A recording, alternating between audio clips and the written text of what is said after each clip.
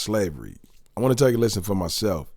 And also in the comments, you know what I'm saying, you guys run it up and let me know what you guys think.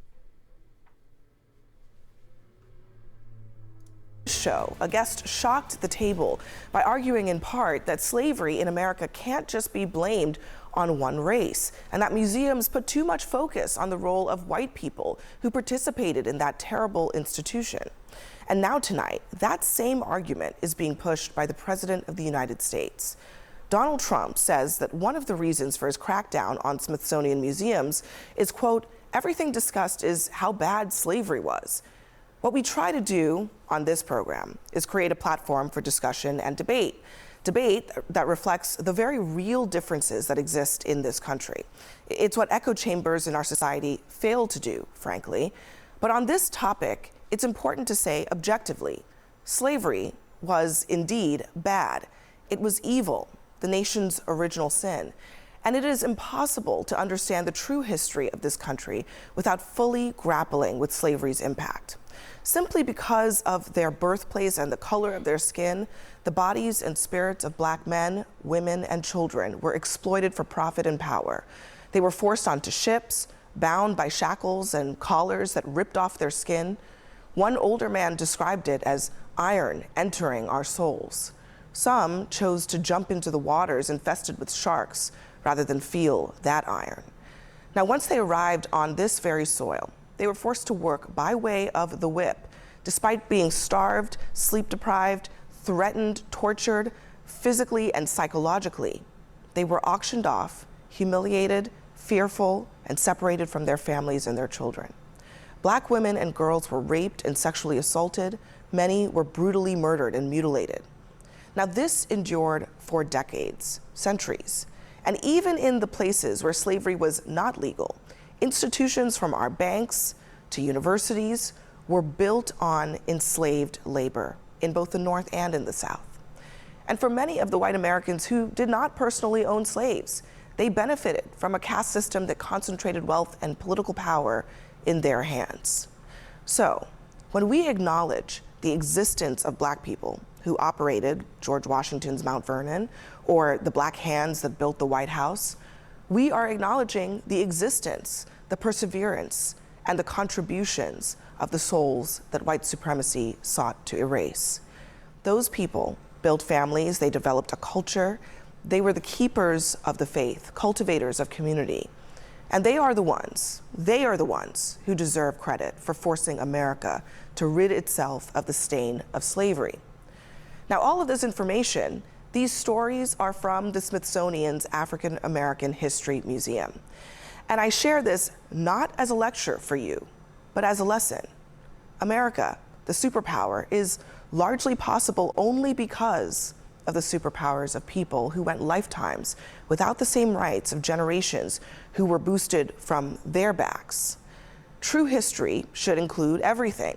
Yes, the evils and the horrors too. And museums are supposed to be places that protect those stories, the images, the lessons, the very things that inform so much of our current state of our republic, from racism to poverty. No matter how painful, or in the president's words, how horrible the lesson. Now, just listen to one formerly enslaved man describe what slavery is like in his own words. You know what I'd rather do? If I thought that I'd ever be a slave again, I'd take a gun and just end it all right away. Because you're nothing but a dog. You're not a thing but a dog.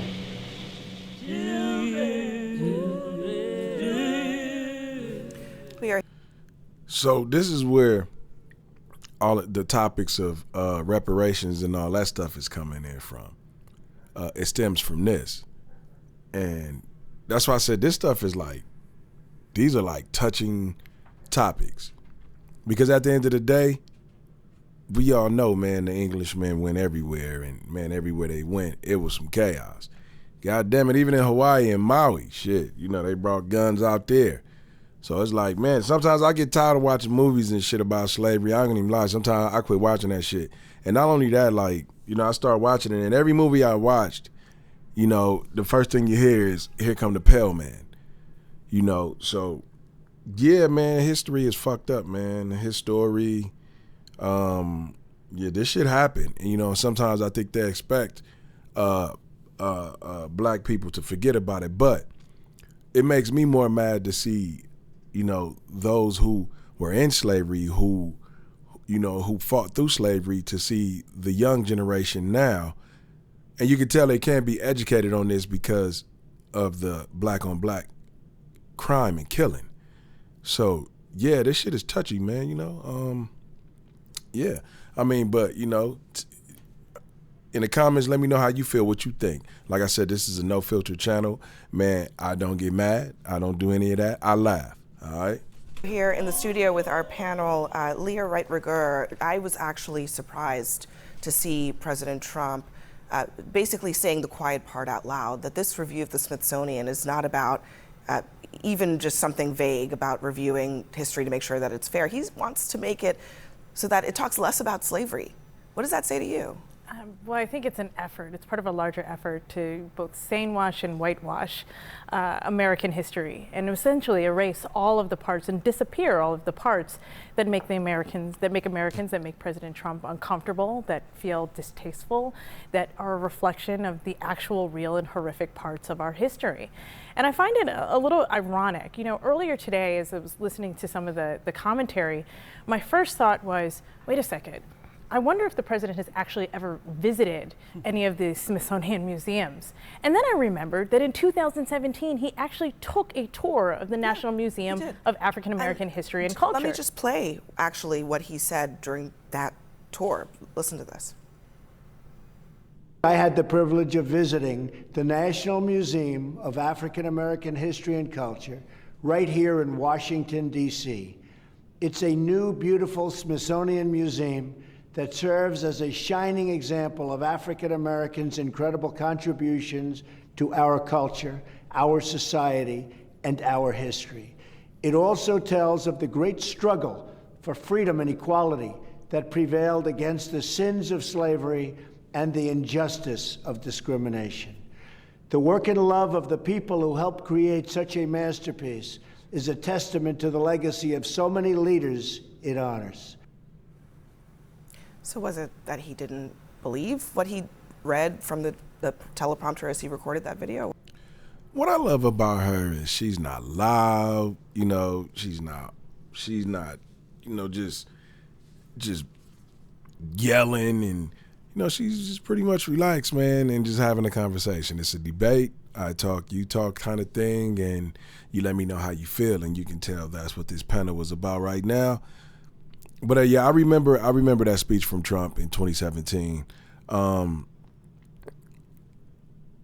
It's 2025 now, man. You know, times change, man. Things changes, so you can't. I don't know. You can't be. You know, I don't think he's attacking it. You know, I don't think he's attacking it. I just think it's getting to a point where people are tired of kind of, like me personally, I get tired of hearing about that shit, man, because it hurts. So, you know, who wants to carry that pain around until they die? Or what? You know, I'm really struggling to understand in a lot of ways, particularly given that the tour that he took with director Lonnie Bunch was actually a reflection of really the mastery that, and really the care and the patience that historians, that scholars, that curators put into the Museum of African American History and Culture. It is not just about the horrors of slavery, although it tells that very important story. It actually follows this really brilliant model where you move through the museum and it tells the story not just of enslaved Americans in America, but also of the resilience, of the triumph. And in doing so, it tells a story that is very much about democracy and about a quest for democracy and the way that Americans both built this country, but also the story and the narrative of like a truly American experience.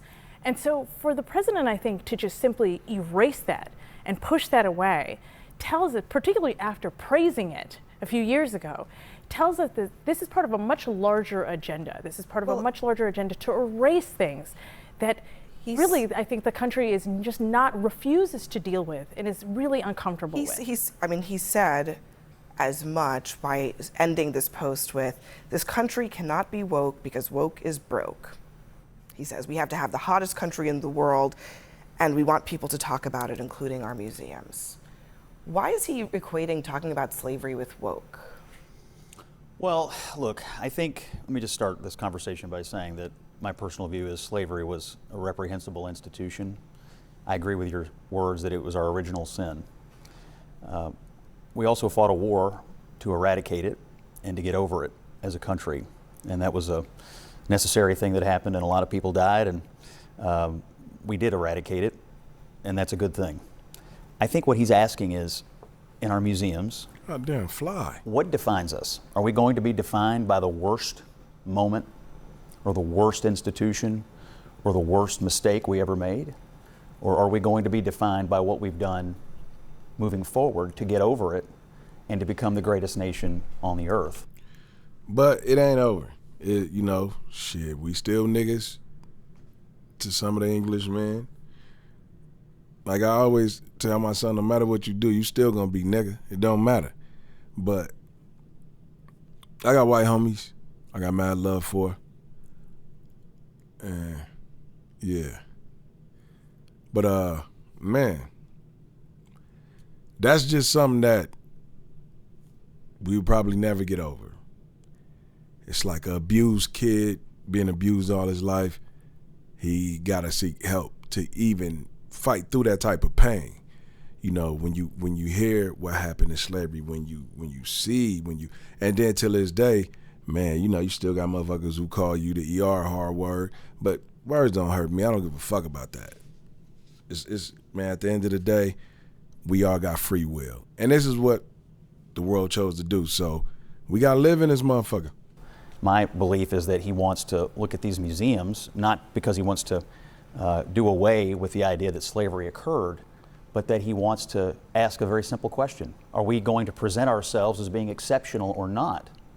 And I think he believes there is an effort by some to continue to try to define us from our worst moment instead of to try to focus and define us based on our best moments, which started when we eradicated slavery and began to move forward as the light of the world. And so that's what I think.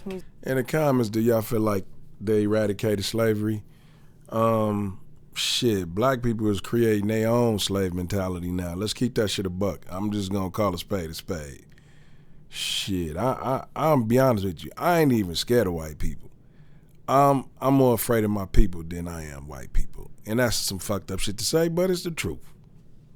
Museums, that's what makes us an exceptional nation, is because they tell the history and the story of our country, and therefore, these horrible, horrific moments in our history. The original sin, as Abby talked about, when it comes to slavery, has we of course did eradicate it, but look where we've come today. And I think those museums, like to your point, make America exceptional, and in museums all around the world that document atrocities, whether it be, from Nazi Germany to eradicating slavery here in the United States, you have to learn the lessons of the past, and to deny it is to defend it. I don't think he's denying it. And Bachi may want to comment. Do y'all think he's denying it? I don't think he's denying it. I think it's just something that just hurts, and he's like, look, how long are we gonna go like this? Where it's been. I feel like, our parents and ancestors should teach us this now, teach the younger generation, so that way we don't have to worry about things like this. Well, but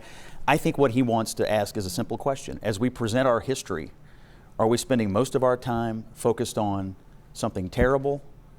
Are we going to spend more time as we enter our 250th anniversary focused on what this country has done to improve the lives of every single person who lives here? We are the light of the world for a reason, because we're an improving commodity. The question I ask when I hear you say that is, why?